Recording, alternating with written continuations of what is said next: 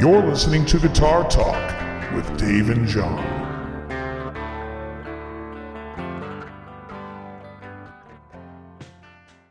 Alrighty, welcome back to Guitar Talk. I is Dave. And I am a happy camper. Alrighty. Hey, and I'm also John. Yes. Wow, look at Mick Jagger. What happened to him? 70 years old. Got the haircut. 5 or 6. Yeah, he's got the haircut of a 22-year-old woman. Yes. She is from behind. Other than the skinny butt, you'd just think he's a young white lady. Yes. Now this I respect. Looking at a photo of Robbie Robertson of Broken Arrow fame. Yes, the band. Oh, yes, and also the band. I forgot about the band, but Broken Arrow's fantastic. And you know what? Robbie Robertson, he's aging respectably. Yes. Got a guy haircut, whatever that means. Yeah, love it. What else we got here? Brian Wilson. I'm looking at photos of aging rockers. Yeah, some of them do not age well. Some of them I appreciate, though. Like, I see a photo of David Gilmour or Peter Frampton, and I'm always like, good for them. Gray hair, doing their thing.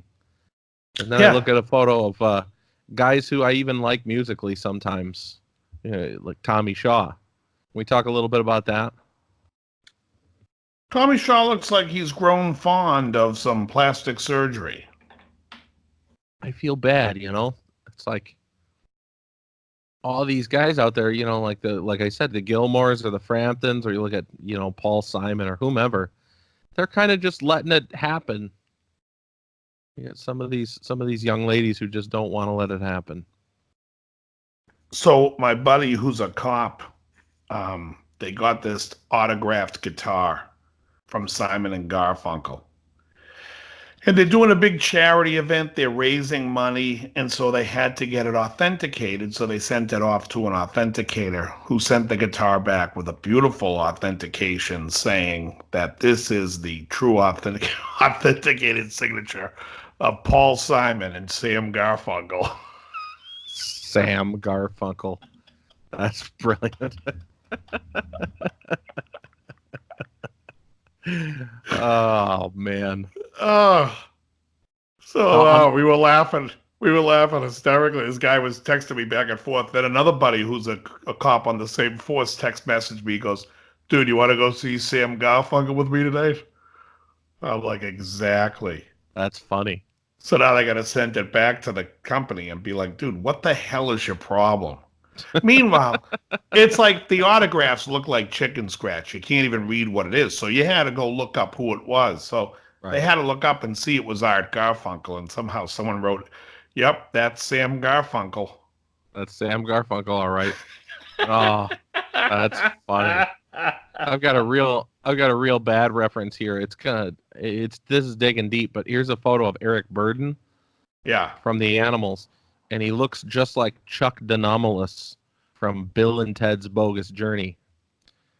Christ. What I don't know. Is that? Yeah, I was going to say, I don't think I have you on that reference there. No.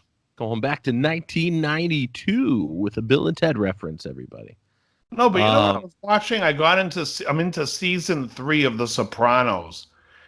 And I don't know why or who the hell said to Joey Pantoliano, we're going to do your hair like this. We're going to give you the Dutch boy haircut for this show. It's like, it doesn't make any sense. Huh. Of like all the shows where you need to be like a Goomba or, have a somewhat an Italian look, they give him like this hairdo that just doesn't make any sense to me. It's got like a pumpkin pie haircut. Yeah, hot totally. in the middle. Yep. I'm looking at it right now.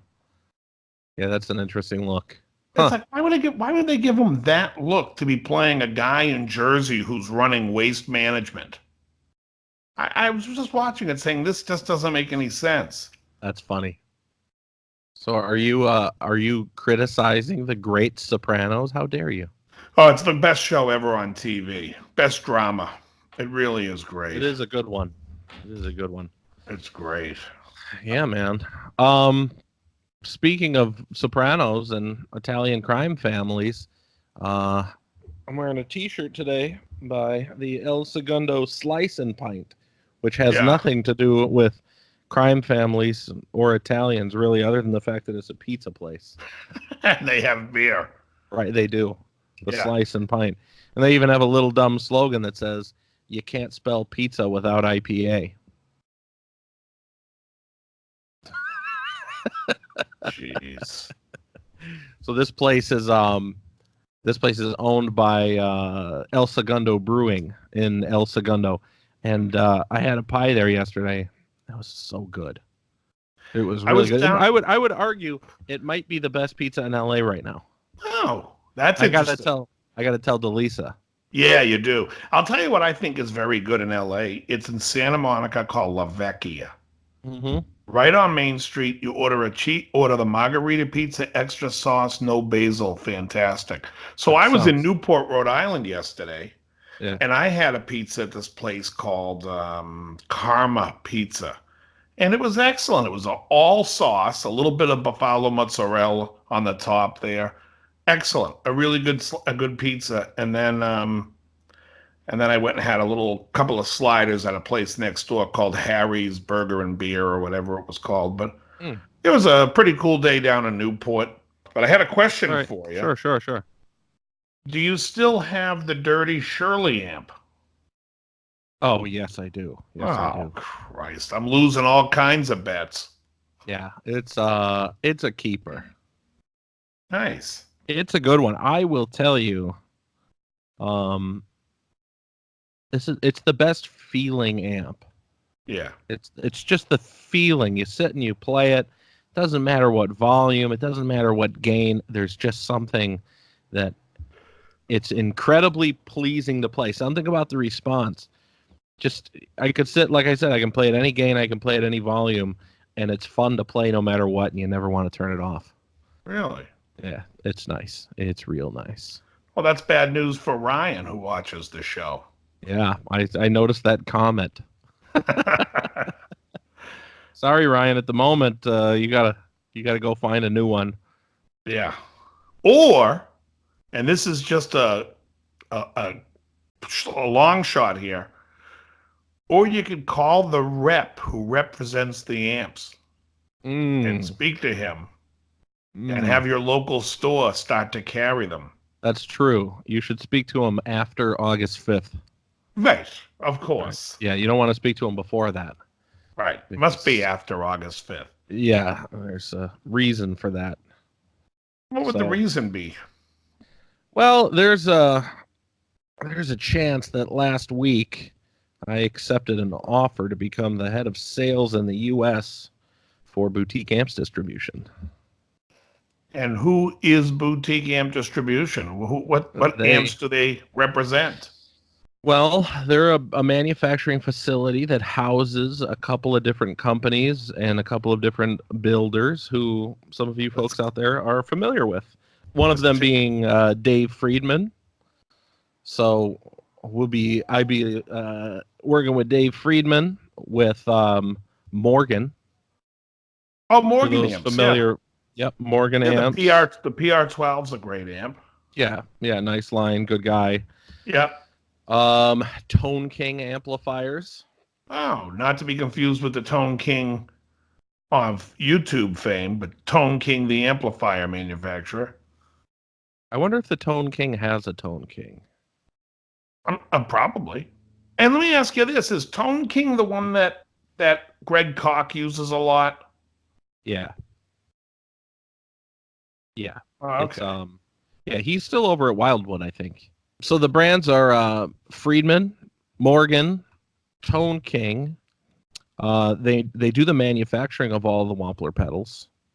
Oh, really? Yeah, Brian designs them, and his crew is under that hood building. So the Wampler pedals are built in the facility. What else do we do there? Soldano's coming up. Oh, nice. Yeah, that was announced at the beginning of this year, so that's going to be happening. I don't want to miss anything. let's see what else we got. We also do a brand called Synergy Amps, and Synergy Amps is a really interesting design. It came from the old Bruce Ignator modular amp system design, where you could take preamp like modules. They were preamp circuits on a little cartridge, almost like a Nintendo style cartridge, and you could plug it into a dock. Whether that dock is like a rack mount preamp or if it's a guitar head or a combo, there's these docks, and it basically plugs in, and there are like, I don't want to call them pins, but for lack of a better term, I'll call them pins on the end of the circuit board that plug in, and it routes all the circuitry into the amplifier. I think Randall did something like that at one point. Yes, I think they licensed that design from Ignator. Ah, okay. What Synergy's doing that's interesting to me is they're doing that same design, because I think the guy that owns Boutique Amps might own that. He might own the licensing to it now, because for a while he owned Ignator and everything else. I'm not really sure. I don't want to get into that, but I think he does. So, anyways, the thing that's cool about the line is that it's not just one company saying, here's our take on a deluxe, and here's our take on an SLO, and here's our take on a 5150, which I think a lot of companies do when they do this kind of thing. What they've done that's kind of creative is they've actually partnered with all of these different brands out there and said, you guys want to build onto this platform and have your own product that goes along with it. So Bogner, Engel, Friedman, obviously, Morgan, obviously, everybody that works under that hood are all there, but a whole bunch of more. Yeah, a whole bunch of more is there as well. So yeah, there's something like 18 or 20 different preamps that are out there available for this thing right now. And if you are looking for a circuit that sounds like a Friedman, BE100, well, Dave builds that thing for Synergy. It's not Synergy doing their take on it. So right, it's kind of, which is cool. Yeah, it's kind of neat. So now, I'm really interested to start Diesel screwing around under with the it. umbrella of another company? They are, but Diesel builds themselves in Germany. Diesel's 100% hand-built in Germany, and what they do with my up-and-coming company here is we are the distributor. Sure. So that's it. We don't actually build it, but we do distribute, and we do all the repair work and everything in the States. And so hold on a second, because now I'm starting to see a little light. Stay away from the light. So what you're saying is the Morgan amps are built by Boutique Guitar Amps. Boutique Amps distribution houses a manufacturing facility where, like I said, Friedman and Morgan are inside of that building. Right. And they control their own teams inside of that building. Oh, very cool. So it's That's still a cool thing. Yeah, it's like there's an infrastructure in place that allows them to manufacture consistently. Right. It's just under that roof. Yeah, it's a really interesting idea. I'm excited. This is a really for an amp guy like me who's going through amps once every 3 weeks.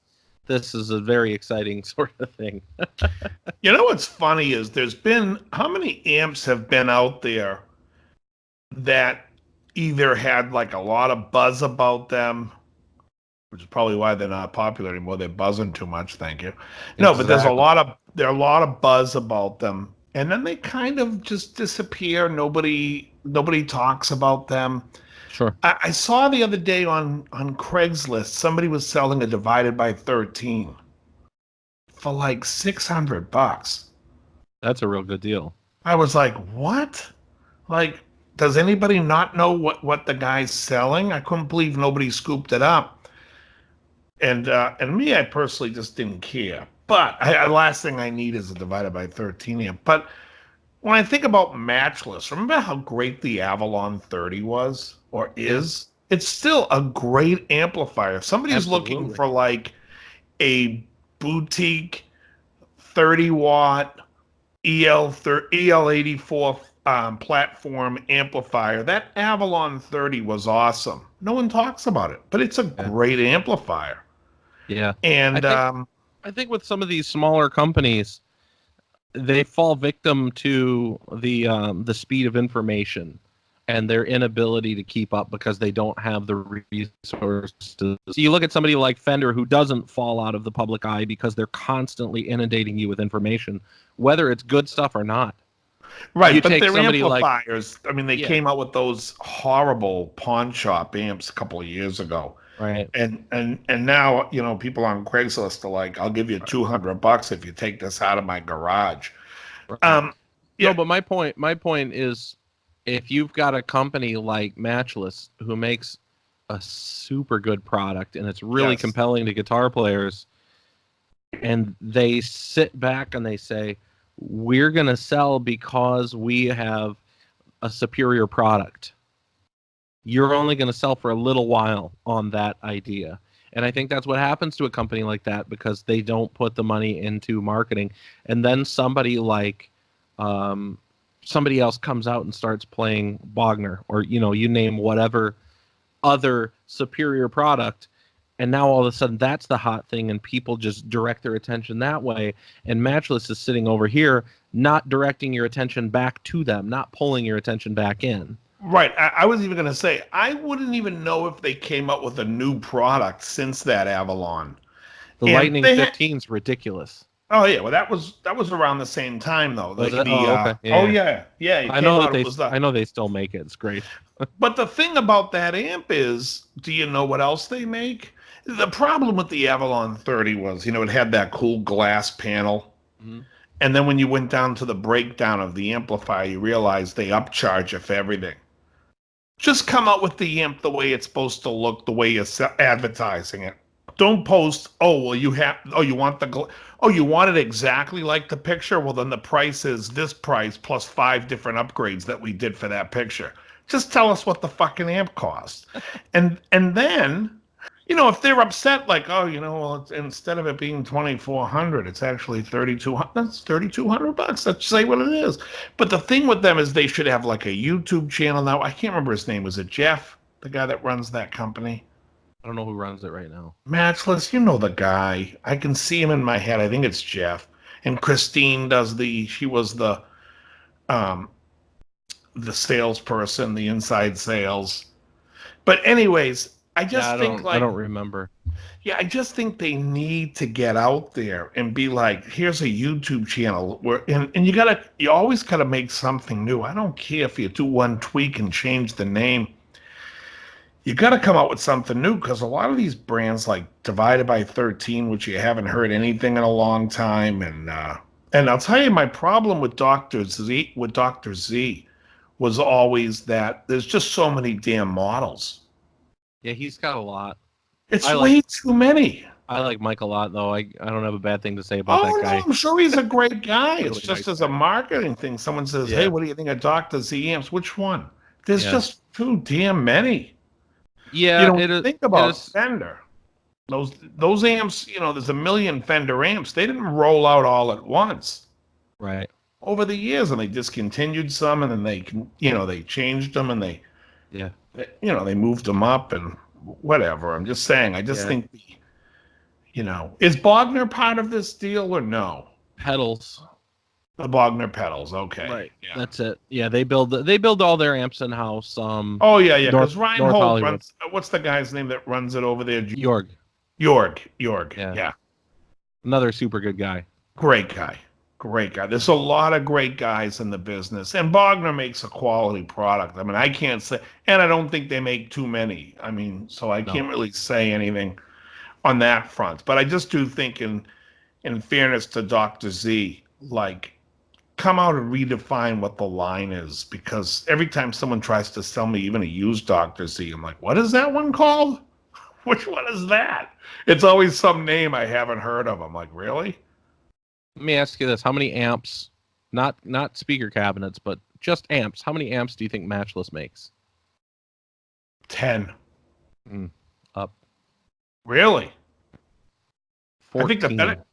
14. The better question is, what can I name? I know the Avalon, the Lightning, Did I mention the Avalon yet? You did, yeah. The Lightning, You know, the one that surprises me that people don't seem to talk about anymore DC, is whatever it's called. the DC-30 or the Chieftain. Like, The Chieftain, you yeah. remember the matchless DC-30 and the matchless Chieftain for like a while, especially in the late '90s. Like, anybody talking about boutique, we're talking about those amps. Yeah. I don't hear those names a lot anymore. And it's not like they're all of a sudden they're not good products. They're still good, but I'm telling you, yeah, just don't Matchless hear doesn't much. do anything to let you know, hey, we're still in it to win it, you know? Yeah, you might be right. That's what I'm talking about. I'm just And the other thing was they there's also hired Kovar temporarily for a short time. I mean, are they in their right mind? there. That's true. Okay, problem solved. Hey, look at this. I'm on their website right now looking at Avalon 30, and Gilby Clarke of Guns N' Roses fame is listed as an Avalon 30 user. Wow. Like I was saying a few minutes ago about that Wow, because synergy when I thing. think of great tone, and I think of that wonderful tone that the Avalon 30 has, Mm-hmm. yeah, Gilby Clarke doesn't come anywhere near in that conversation. Aw, poor Gilby. Come on. Thank God he's listed. What he was in the band after Izzy, right? Oh, In he Guns N' replaced Roses. them, didn't he? Right. So he was on like the Use Your Illusion records. Right. You know what I find funny about the Use Your Illusion records? What's that? The Pat Boone Debbie Boone drum fills. Doom doom da da doom doom. Oh yeah, If you listen, who was that? That it was was Matt Sorum, Matt Sorum on that record. Yes. who's a good drummer. But the thing that's funny about it is, apparently, during the making of that record, this was like something that Axl Rose was doing with the producer, where he was trying to take all of this like Elton John influence and put it on this Use Your Illusion record. And they were very specific with the drums that everything needed to be bonehead simple. And all of the drum fills, you listen to any song on that record, every single one of them, the only drum fills go dum dum dum dum dum dum. And you're like, what in the Brilliant. world? The whole record. You could No probably wonder why I like that record. yeah, you could count 200 of those drum fills in like the first three songs. I did But like Use Your Illusion too a lot. yeah. Oh, What but was like on Civil War, two? Civil Estranged was on two, Estranged, and Civil Estranged is War. great. Yeah. Yesterday. Oh, that's a good one Yesterday. too. Ah, Yeah. it's a great record. Doom, doom, da, da, doom. Yesterday. Get in the Ring. Get in the Ring was on that one. I think that's a good I record. don't. Yeah, I don't think "Get in the Ring" is the song that I generally reference as like, what Just a hit. naming songs on the Yeah, no, sure. no, but it was. But I'll Yesterday. tell you, How about 14 years? Do you remember that one? is it That was 14 years or 14? Try to step inside of 14 years. It's a good Was that song. on that album too? Yeah, yeah, Yeah, right after Civil War, I think maybe. yeah. Yeah, because I think I'll tell the only songs that were Estranged any is the good on, greatest. it's really good. They're one of their best songs. The the first one, Use Your Illusion 1, I think only had like, let's see, that was November Rain, which was their hit, and then Garden of Eden. Don't Cry, I think was on that one too. And Don't Cry was that on that one or was that on I think two? it's on two. One of them, one of the epic ones is on two. One of the right near Estranged. I think it's November Rain might have been on two. No, Don't November Rain's on Garden one. of Eden was the Anyway, song I liked on one. okay, got it. For live But and let die. I like McCartney's version better. Hey, you know what's funny? You bring up Elton John. I just had a conversation, and I think you've been involved in this conversation with me before because I always talk about East Coast and West Coast, and you can tell what coast people are from. If you ask them who they prefer, Elton John or Billy Joel, Oh, right, yeah. I Yeah, think, Billy Joel's very much the East Coast. yeah, Yeah. and I just think he had so many like more moving songs. Summer Highland Falls, Vienna, and So It Goes. And Elton John was great, but after 1973, you could pretty much throw out everything. After Goodbye Yellow Brick Road, it's like I'm done. Okay. Before that, he put out You're five or not. six great records. What? No, I don't know what record Love Lies Bleeding is on, but that's a great one. That's Goodbye Yellow Brick Road. Oh, That's okay, the there you last go. good album. Oh, Yeah, it's fantastic. That's a good one. yeah. Oh What's yeah, the one? everything. I don't want to go on with you like that. That was like an 80s one, right? Oh yeah, Mad, yeah. Madman Across the River or whatever. No. Madman Across the Water is 72. Oh, it is. Sorry, Okay. 71, I think actually. It's but I don't want to go on with you like that is like on Red Strikes Back or one of those Oh, albums. Too low, yeah. not too low for I don't zero, know. but the one in between. Okay, yeah. But yeah, you can No, take those albums. yeah. You're gonna find one or two good songs. But back before Goodbye Elbert Road, every song was great. Mm. But then he just sucked. But Billy Joel, I think he sings more to the East Coast people. The What is the plight of, what's the guy say? We only play 80s, Joel, motherfucker. yeah, tell, yeah, yeah. Was that tell on your bitch wife to Step Brothers? yeah. The 80s Billy 80s Joel. doo-wop Joel. Oh, We're Christ. called Uptown Girl. That's like Classic. it's one of the That's greatest brilliant. movies. Brilliant. Absolutely brilliant. But I did want to go back to that I think it's funny when you think about Matchless divided by 13. Right. Also everybody was using scumbag speakers. You don't hear much about that anymore. Yeah, Everything I think the cyclical. speak the speaker changing thing is reserved for the Uber nerds, I think. Guys like me. I'm into that whole thing, but your general guitar nerd that might be like, I want a Matchless. Today is probably going to be like a Morgan or whatever name you want to drop in there. But when it comes to like, oh, now we're going to be changing parts, that's a whole different nerd. Yeah. Oh, Well, I mean, I've got to use I Red Lion tubes or something. You're just like, what? when I bought my Hot Rod Deluxe, it had the Celestion, and I was like, oh, I love the way that amp sounds. So there was no need for me to change it. I've only Right, changed the speaker in one cabinet once, and it was just I wasn't happy with the way it was sounding. right. Um, but yeah, I mean, I just think like, yeah, I'm just saying, it's just a lot of times you hear buzzes about all these different things, and then they go away. Nobody keeps marketing it. It's like they just stopped. That's right. Yep. I think They that's wanted to complete. sell a handful. They sold a handful, and then they move on to the next thing. It's funny because everyone was talking about the NAMM show, and the show does nothing. It's just there's nothing really mind blowing when you get to the world of guitar. Well, the Um, show is supposed to be for retailers to be stocking their shelves, and I don't. customers. Yeah, and you know that, but I customers do understand that. don't My want to know that. problem with that, though, is I think that the manufacturers kind of bypass the audience Right. and deal with the store. And then people go to the store and nobody cares. Nobody's excited. The show should be more for the audience, the fans, because now that the internet is involved, I mean, literally, you can really go to a trade show and never have to step foot in it. And it's become a beautiful world. Well, that's absolutely right. It's That I don't have to contract bird flu There's not really a to go to necessity. Winton. Yeah, you don't have to eat your lunch off the top of a garbage can to learn about an AMP product. Right. I don't need to see that Fender came out with a new version of the deluxe reverb to eat a piece of Elios over a receptacle Right. It's just so bad. No, that's true. I mean, this day and age, for $8. you don't really need that trade show. But what I'm I think saying is they I could think a lot of modernize. people agree with that.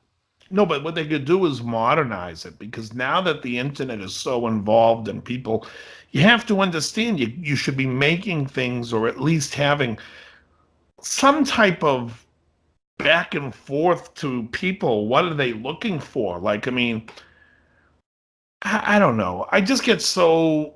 I mean, when you have 62 strats on the market and not one of them is made for me, Hmm. I have to. And people could sit there and say, "Oh, you're just mad because they don't make what you like." Yes, Yeah, that's the right. whole point. And Rightfully there's a so. ton of me.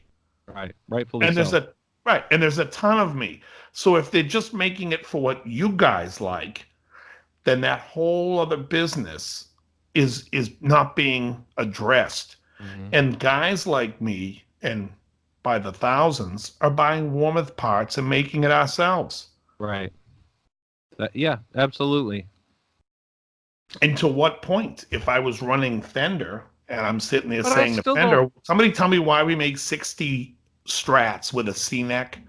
I still don't exactly get how that has to do with NAMM modernizing. Or what are you suggesting that NAMM do?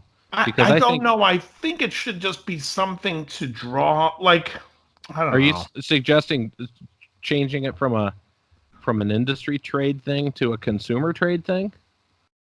Almost like SHOT Show, yes. Okay, yeah. I think. Uh, I mean, at what point then will people say, "Ah, this is not necessary because of the internet or because of email. I can reach my manufacturer Well, because the and tell them people, tell them what I want anyways." I don't know. I think, no, because what happens is this. do If they you do go to SHOT CES? Show, Could you or I just go to CES in I believe Vegas? so. Oh, okay. Yeah, yeah, maybe that's a good move. The point is if you and I would just two, let's just say take any two people that watch our show and we say, hey guys, you're going to go to NAMM. It's on us. We're going to send you out to NAMM. You go to NAMM. They're going to come back so excited about gear, so excited about the few products, excited that somebody at that company spoke to them, Hmm. that they will go back to their store and pass on that excitement to their stores. And I think that in volume would affect more positive sales than those two not going and the store going and realizing what it's all about. Yeah, I hear what you're saying on that. I think ultimately what it comes down to is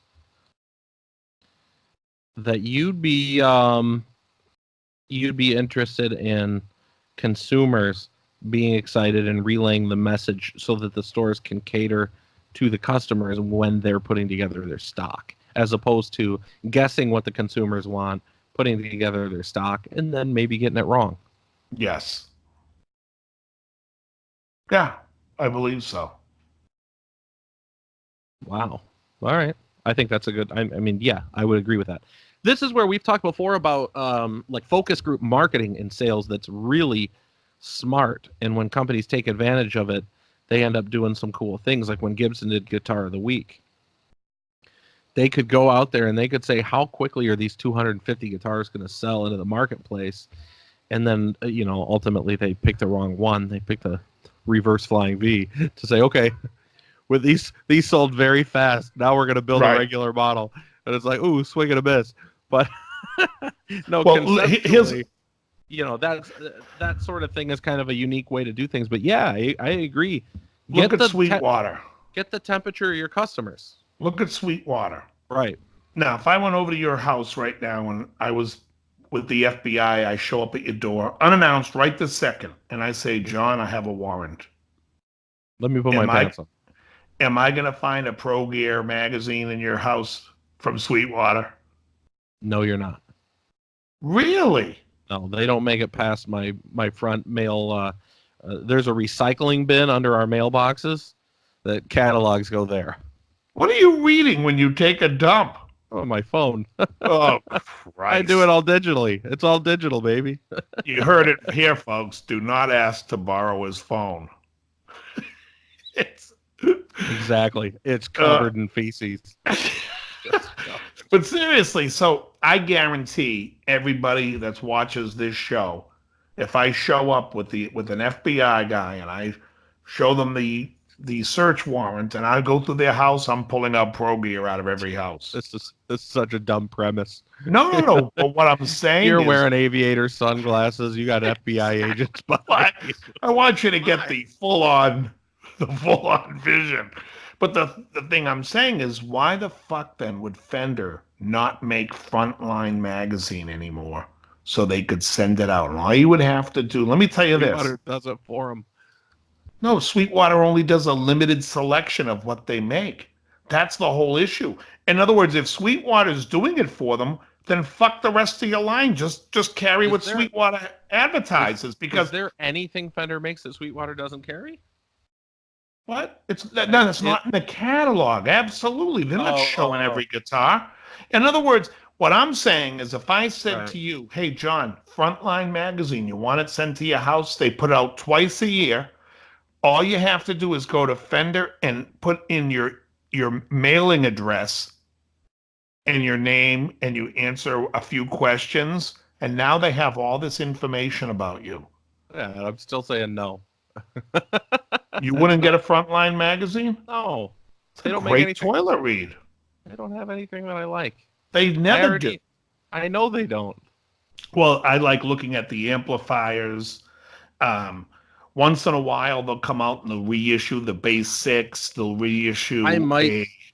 I might be interested when they finally come out with the Diana Luna signature pickups 10 years from now. Oh, Christ, right? And How about they Gibson? say Diana Luna learned under Jacqueline Frostbite. I don't even know. Ah, it's just brilliant. Such a good bit. It's so stupid. $500. What about Gibson? How come Gibson doesn't make a catalog that you could sit there and email them, tell them, here's my address, here's everything. They send you out a catalog, and people go home and they drool over the Gibsons. I don't know. They don't want to spend like $1 million It's on publication marketing. where else are you going to market? I don't know, the internet, people's phones. That's where they do it. That's where it went. But I hear what They, you're saying. I'll tell you what they You marketed. They spent $15 million to put their what if name on the Universal Amphitheater in right, Los Angeles. right. $15 million to Which put it's their not. name on the Yeah, building that was ridiculous. for when they could have handed out catalogs to everybody and their mother, getting them excited to buy the gear. I don't know how many people in Here's what I'm thinking for these Missouri is sitting there companies. going, "Oh man, I got to get a Gibson because their name's on the amphitheater." I think they should do an annual partnership with Bemis where they are selling catalogs right in the box of the toilet seat. You go out, you I buy like the a fact you new chose the name Bemis. Is it Bemis right. or Bemis? I don't know. I don't either.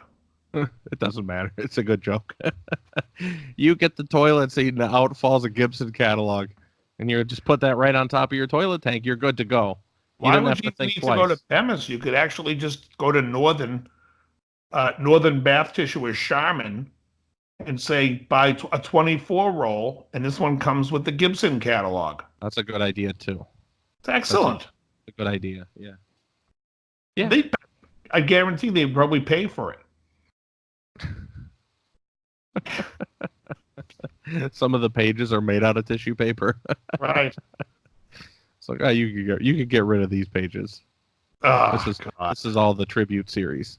It's No, a I'm kidding. great bit. But in all honesty, it makes sense, I think. Um, yeah, it depends on you. I mean, if you and I are solely a focus group together, it shows right there that 50% of the audience wants a catalog. Because I personally, I don't.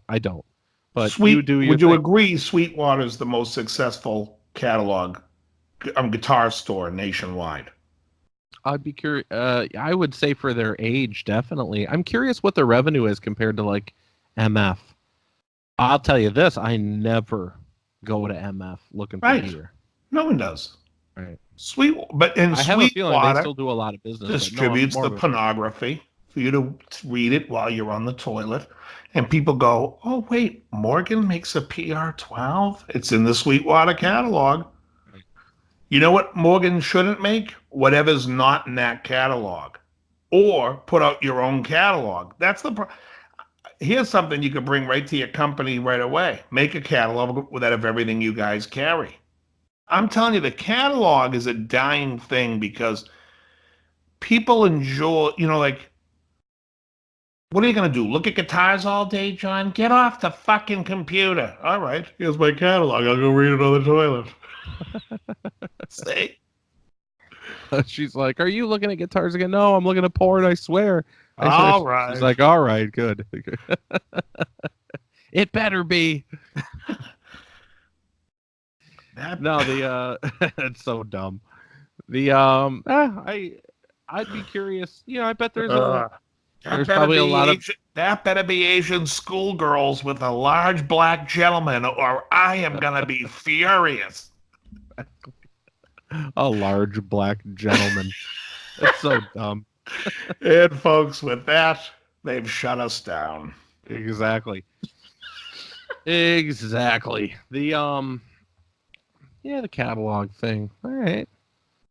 Yeah, I think it really does come down to expense for a lot of these companies. And let me ask you this.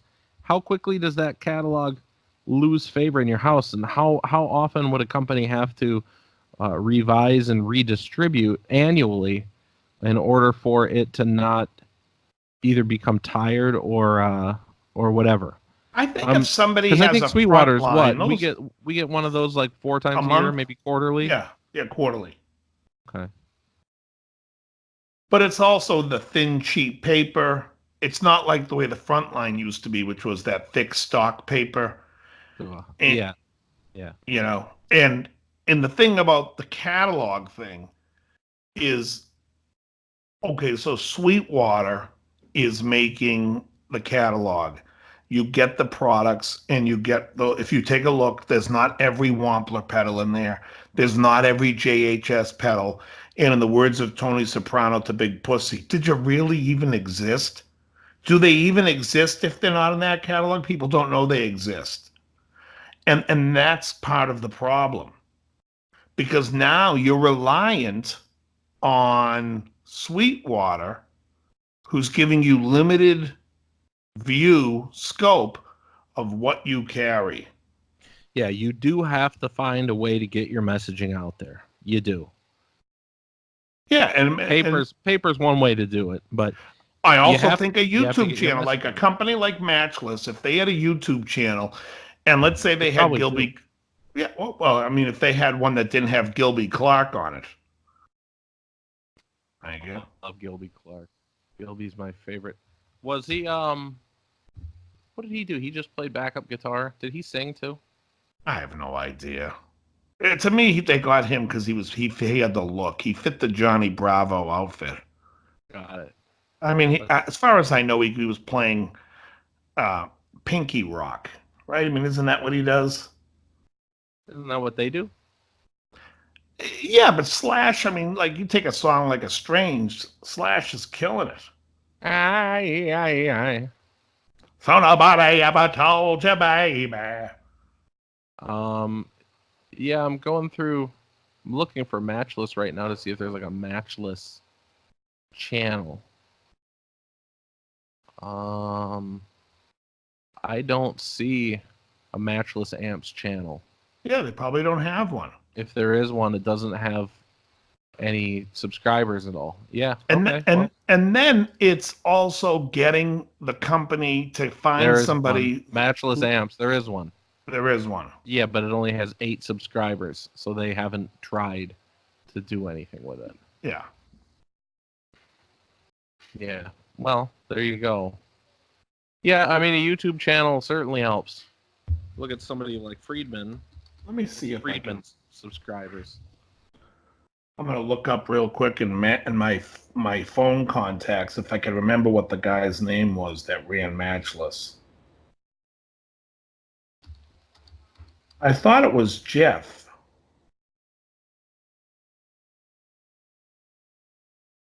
Jeff Matchless? No. He bought it off of maybe it's not. Let me see Jeff, is it Jeff Russo? Is that a name? I don't know. I'm just who do I have here? Oh Now, no, who his was- name is Phil. I'm sorry, his name's not Jeff, it's Phil What was his last name? McCracken. So good. Phil Jameson. All right. Yeah, I have it in my phone as Matchless, and then it says Phil underneath. Yeah, it looks like Phil Jameson. Now, Yes. who's the guy that started it? Because he's the guy that did Bad Cat. Mark Right. something. Mark Sampson. Yeah. Yeah, so Mark Sampson's the founder. He's the. And I Yeah, but wonder what he happened with sold it Mark to Phil Sampson. Yeah, I wonder why he sold it. because he's I wonder if he tanked the company there and was a needed few guys involved, and I think Phil was one of the guys. needed to start something new, so he started Bad Cat. Because Bad Cat's a lot of the same sort of stuff. Yeah, same shit. Even the Although I same think the same Avalon sort of was light better up stuff. logo and everything, you know. Yeah. Yeah. Anyway, yeah, it's interesting. I mean, I feel like we're talking less about guitars and more about marketing theories. Well, I just You're think these are. listening. You're listening to. I just think that people. Um, well, I've been watching a few channels and a few guys, and they're like so amped on NAMM, and it's like watching kids really excited about it that's never gone. And I'm like, I don't think I ever was that excited about it at my first show, but in that at Winter NAMM, but it was much more work involved, and I was working in the business, and these guys have nothing to do with the business. They just went because they wanted to go, and he was thrilled, and it was something that, an experience that he seems, or they seem, that they'll never forget, and they're so excited about talking about the gear. And when I hear, and he had a show where it was like five guys who all went were talking about the gear, and not to disparage the paid channel, because I love his channel and I like what he does, but I couldn't have been more bored even listening to them talk about it, because it's like when people talk about the new Kramers from Gibson, we're talking about a brand that's they're just making. Actually, they're making it. They're commie historing it a little bit. They're making the headstock actually the Gibson headstock, which Kramer was never really allowed to do except on Eddie's. Mm. Wasn't for sale. The curved hockey stick Yeah, headstock the was Explorer headstock. Is that what it is? much Yeah. shorter than the Yeah. Explorer. Now they're making it with the full long Explorer headstock. But Okay. to me, those aren't Kramers. Yeah. They're just Gibson making Kramer making the guitar with the logo on it. Right. You Well, can't right. go back. You know what I mean? It's like you just like Let me ask you Charvel. this.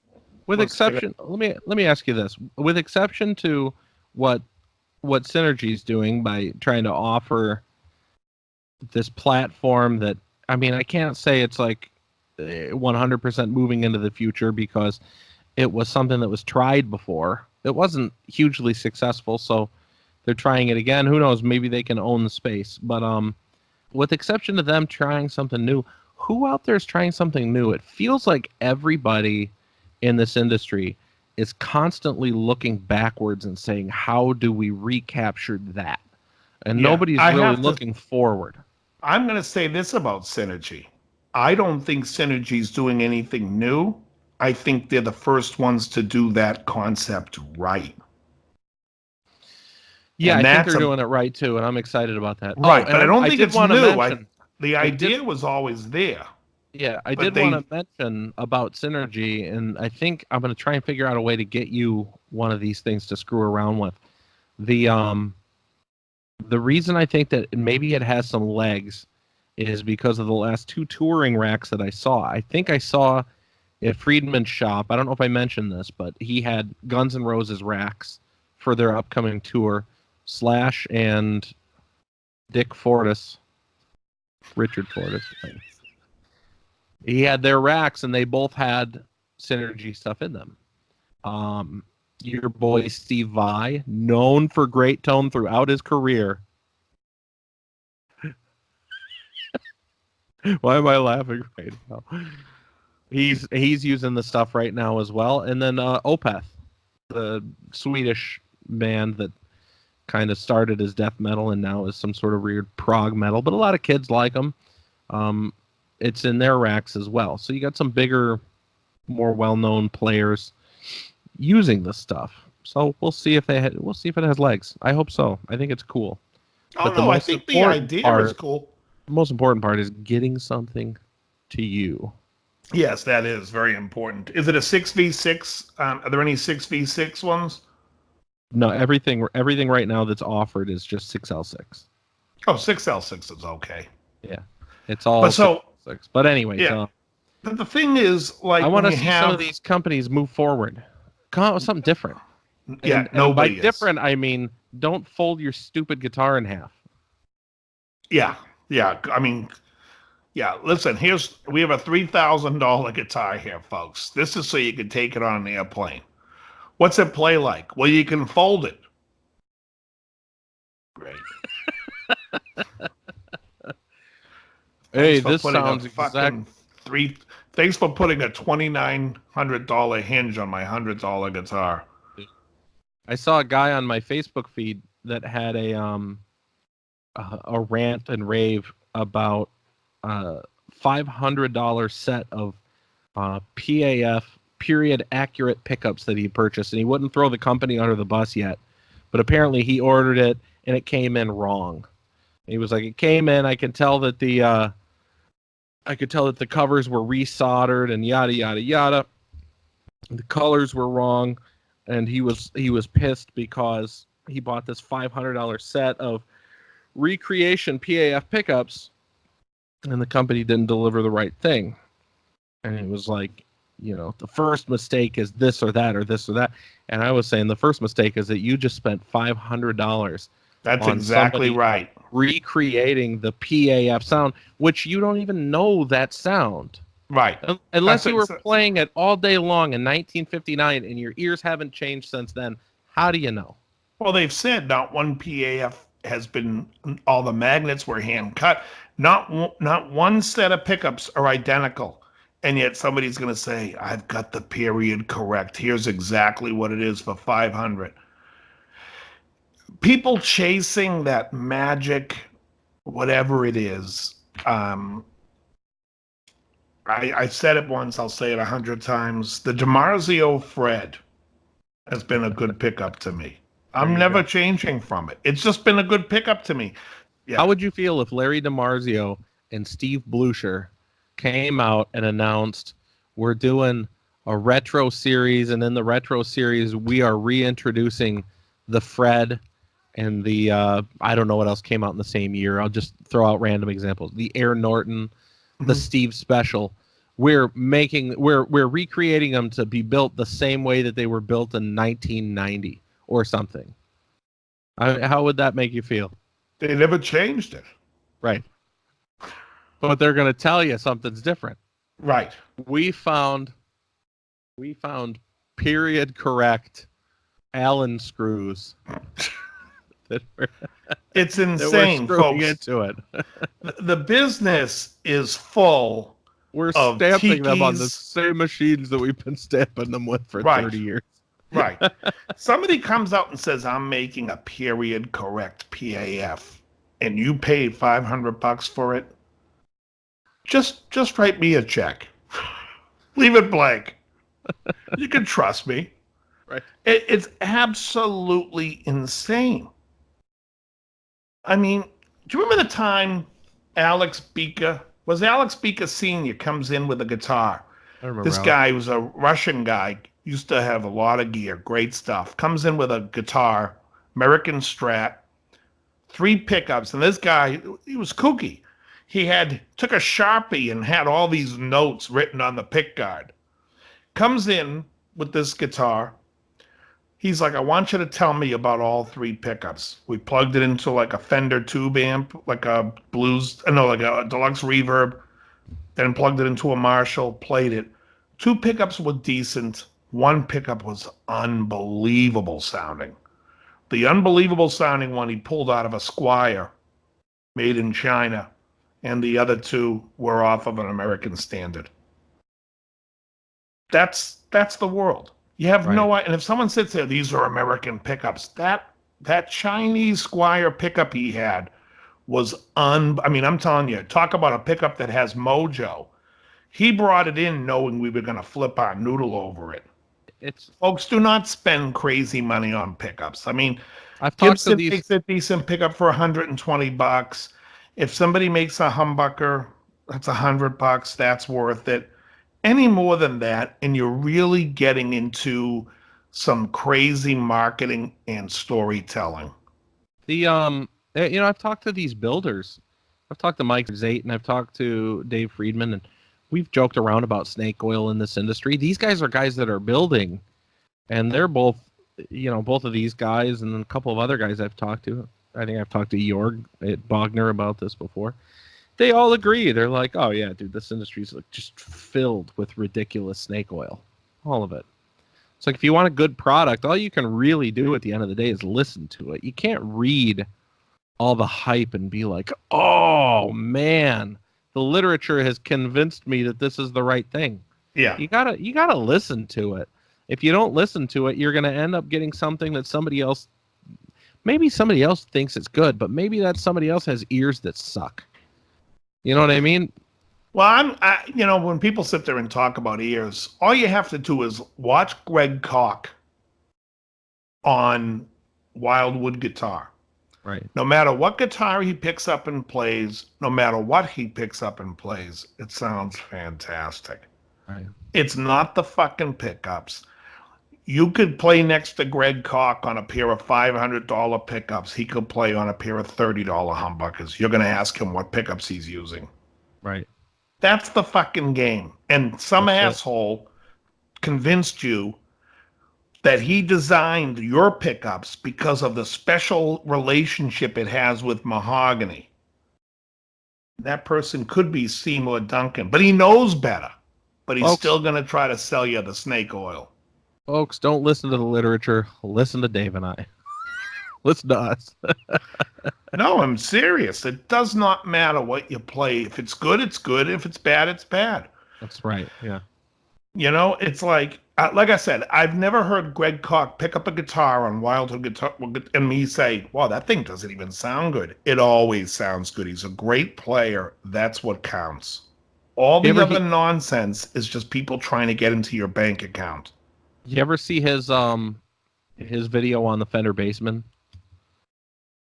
No. He could you imagine if somebody was just having a conversation with you, some guy you didn't know, and he said, the secret to making a Bassman sound good? You turn the mids all the way up and you turn the bass and the treble all the way down. That's the secret. You're going to look at that guy and say that guy's nuts. Because it's an extreme setting, you'd never think that that's the way to do it. But that's how Greg uses a Bassman, and whenever you listen to him play it, you're like, holy hell, that sounds amazing. Yeah, absolutely. Really, at the end of the day, what it does come down to is listen to your ears. That guy is showing you how to do it. He's not telling you what to do. He's showing you what he's doing. That's the only way you can really learn. You got to hear it. Have you seen the commercial where the girl's like, I tell you that I'm in love with you, and I want you to send me money for an airline ticket, and I know you're desperate. And, they talk about how people rob people through, like, the internet or whatnot. And you sit there going, no one's falling for this stupid stuff. And meanwhile, I think the people who are the dumber ones, who are the ones, they should have a girl going, I told you these were period correct PAFs for $500. That this was going to be the tone that really made people say, wow, you're great. Right. And you bought them, and you still sound like fucking shit on toast. Oh my God, that's so funny. That's absolutely right. That's exactly what I hear when I hear that. It's like, well, kid, that whole thing. That's the reason that I've been selling so much Guitarman Hammer. It's just flying off the shelves here. People want fresh tubes. It's no, but it's it's all these guys. Could you imagine? You're out there rolling around with like a $2,700 or $3,000 custom shop Strat, however much they are. And you're playing it through your Blues Junior. And you're trying to find the right tone, swapping pickups, doing this and that in your custom shop guitar. And it's like, you ever think about maybe getting an amplifier that's like built to pair with a guitar of that quote unquote caliber? And then you see Greg Koch come along with a Squire and a Blues Junior, and he freaking owns it. Yeah. Like, how about this? What just happened? How about this? You know these picks well. I do. Wait, are you referring to these picks? Yeah. Yes, that is the Ultex. Yeah. I have to order these by the gross because you can't get them. Anyways, they end up costing me 41 cents. Mm-hmm. This pickup here cost me about 30 cents. This is an extra heavy Fender. Somebody I watched talking about buying a pick, or not buying it. They gave him a pick at NAMM. He was all excited about them, called gravity picks. Hmm. They're Yeah, I'm familiar. $5 a pick. I know what they are. Yeah. Folks, if you're paying $5 for a pick, please let me show you some guitars for sale. So, This Squire over here is 30,000. I don't have any Squires, but anyways, you can imagine what I'm saying. $5 for it. You shouldn't even be getting close. 50 cents is too much for a pick, unless you're buying it one at a time. But if you're buying a bag of picks, you should never spend more than 50 cents. Let alone, you should never go anywhere near 10 times that for $5 a pick. It is insanity. At $5 a pick, let me tell you, you need the $500 pickups. And what else can I sell you? I don't. What are the most expensive strings out there? You need the I don't even Gibson know. strings. Buy the Gibson 10 to 46, not the D'Addario ones. They're completely different. Well, it is interesting when people who aren't just like in this business and completely jaded and everything. It is funny when sometimes the newbies come up and they say, "What kind of strings came with my guitar? I need to get those," because they think they need the same strings that came on their guitar. Well, And unless they working liked both. them, which I can understand if they like them. Well, yeah, I guess so. But usually the guys that are asking for that are the people that are like the first time buyers. Sure. Yeah. I used to get that with Cordoba or recently with Cremona, where people would email into the company and say, "What strings came stock on this guitar?" because they think they need to use them. And I'm, just paraphrasing what they would say, but they would say, well, that's what I need. And I always found it interesting because as a guitar player, like the first thing I started doing when I was like 12 or 13 was experimenting with different strings and different picks. You know how it is when you're a kid, you're like trying all Sure. this different stuff to see Everything. what things are. And it is funny to me when some people out there are just not adventurous like that. They're just like, I need whatever came on it originally because I don't want to mess it up. Because they think a string is going to mess up their guitar or whatever. So, Yeah. I mean, oh, you don't need the one that came on the guitar. Let me show you this $5 pick. It's like well, sometimes you people can might sell be some just people everything. curious as to like, hey, what strings are these? I really like the way this feels, and maybe Sure. I'll tell This you, this string's I've been on this guitar for the last 8 months. I just love the way it feels. Like, I've dude, used probably in my life 6 different kinds of strings. right. And I can safely say that I started on Dean Markley, and I thought Dean Markley sounded unbelievable for a week. And then I was like, they're horrible after a week. And then Hmm. I switched to D'Addario. When I switched to D'Addario, I really didn't use anything else until I was at West LA. Oh, no, no. Before that, I tried Ernie Balls one night before a gig, and I had to cut them off. They sounded like they were dead to me. Yeah.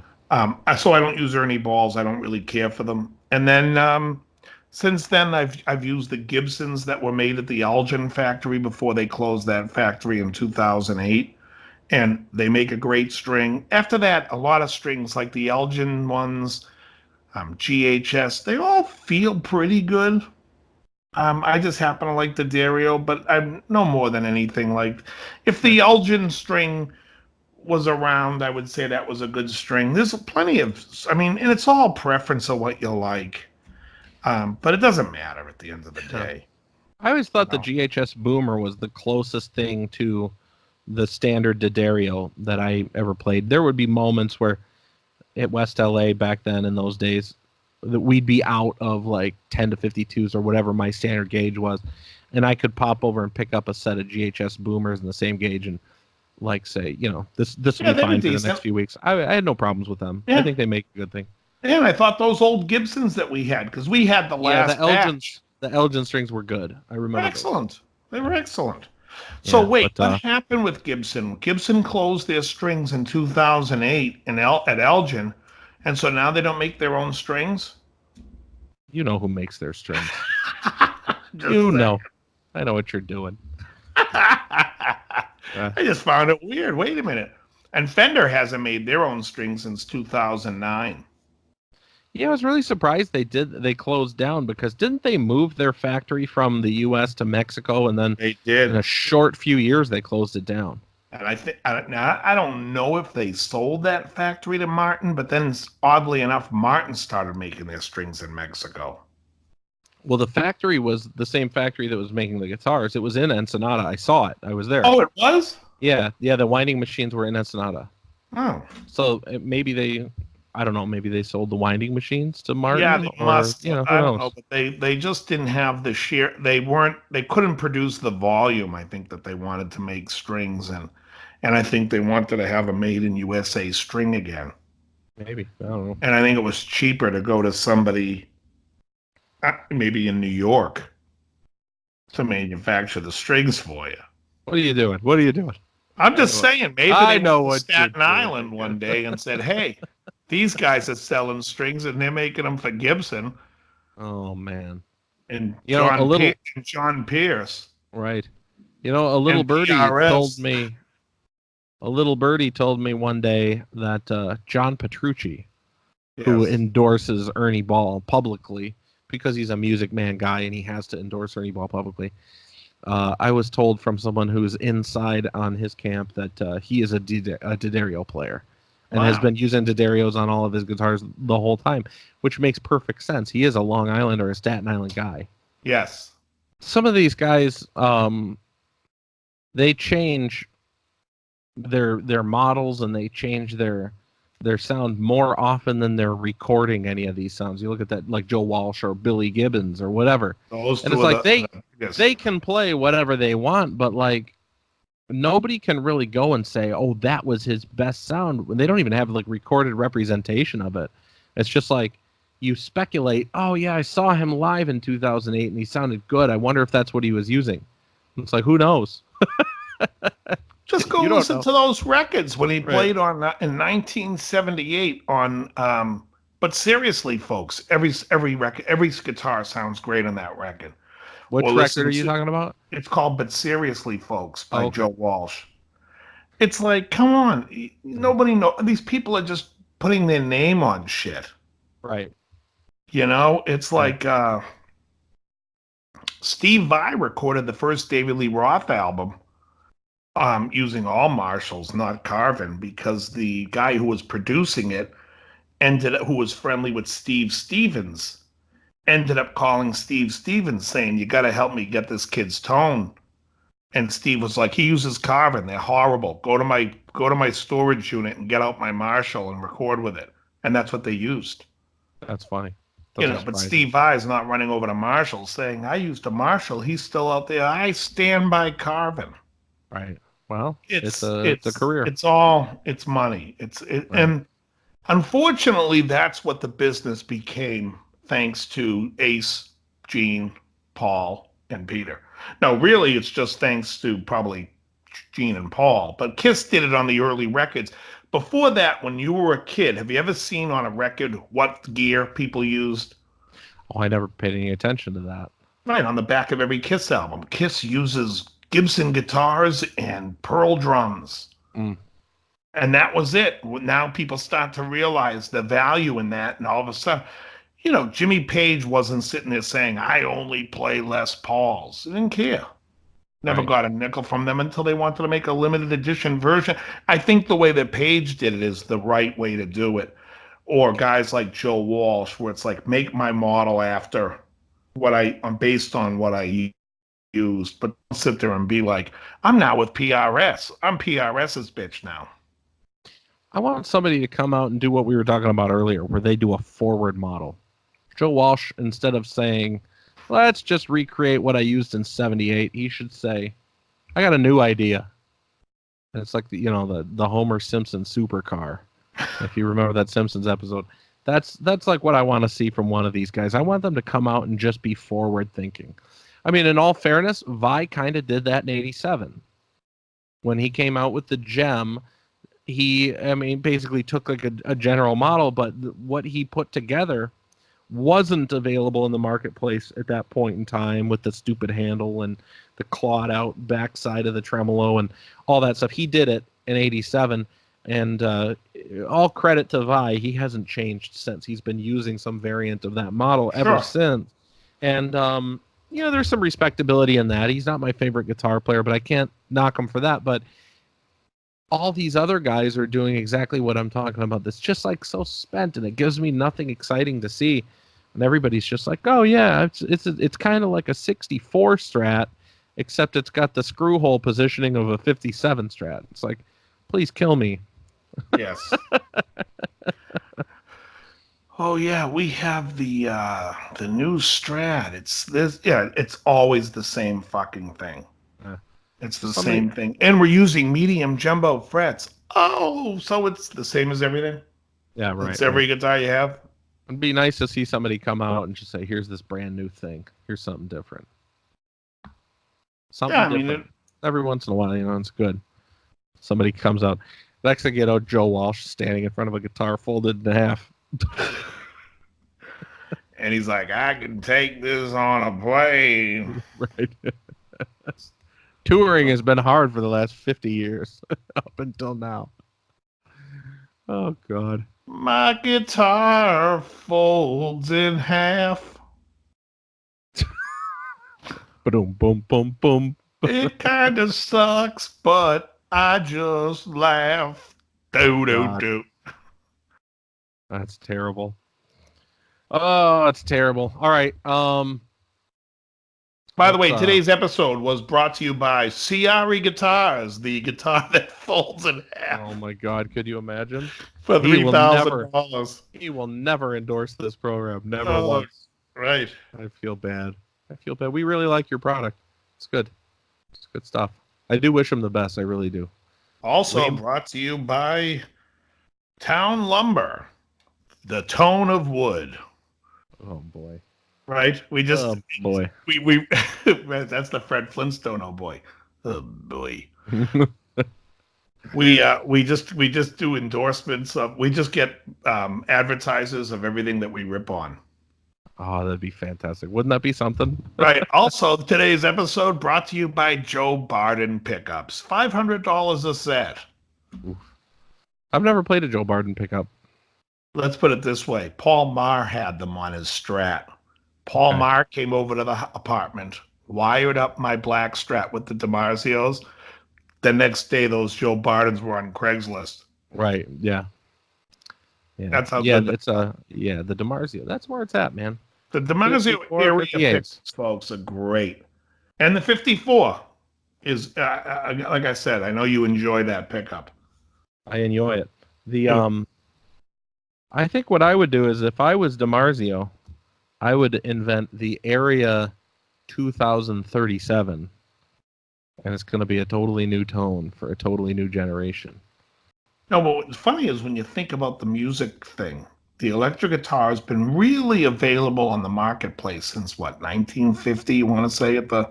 50's a good year. I mean, you could get them before that, but it was... No, but it's too hard. I mean, really accessible and available. 1950. Mid-50s.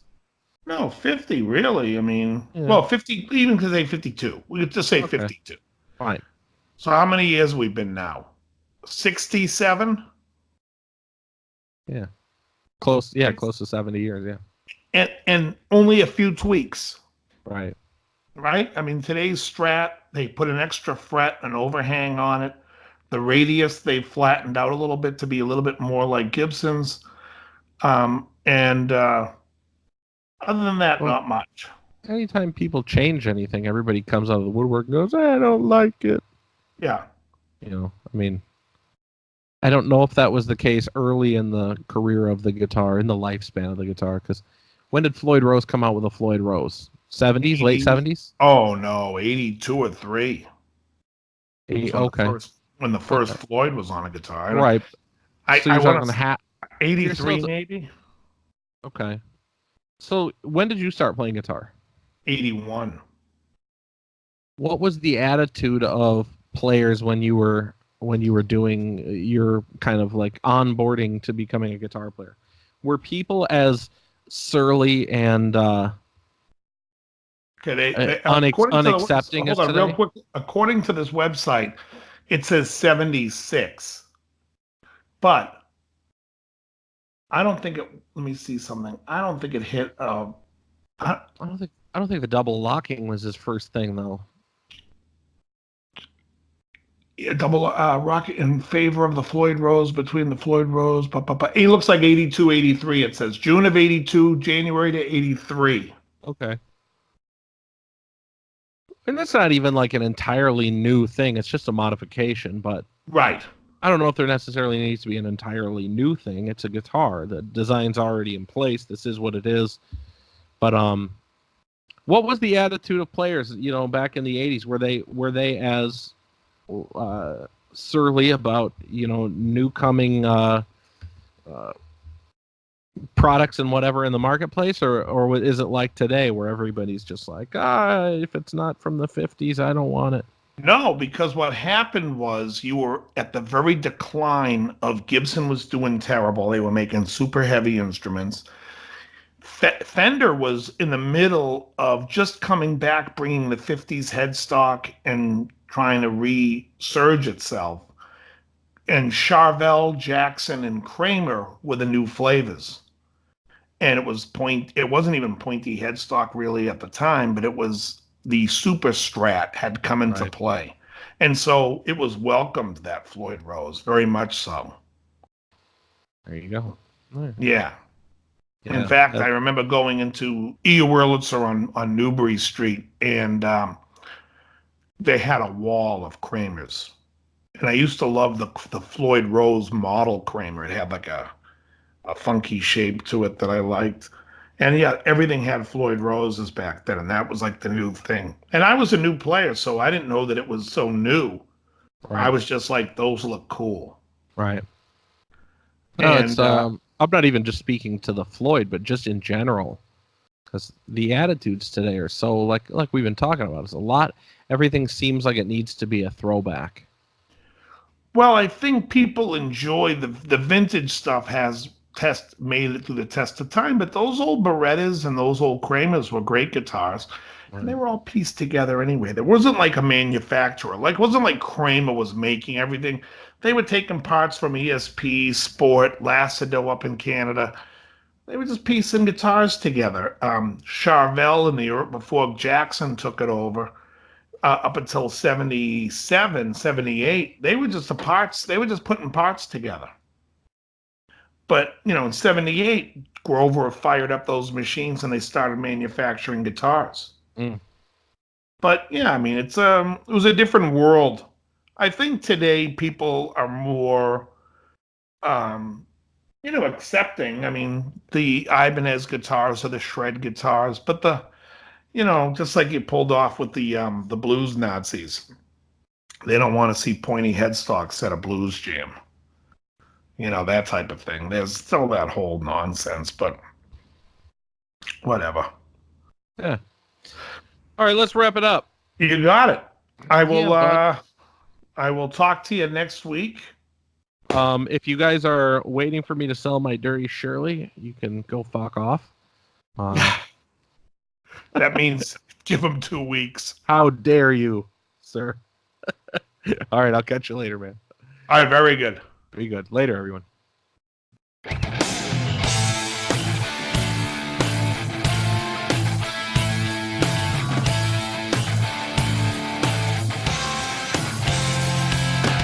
You're listening to Guitar Talk with Dave and John.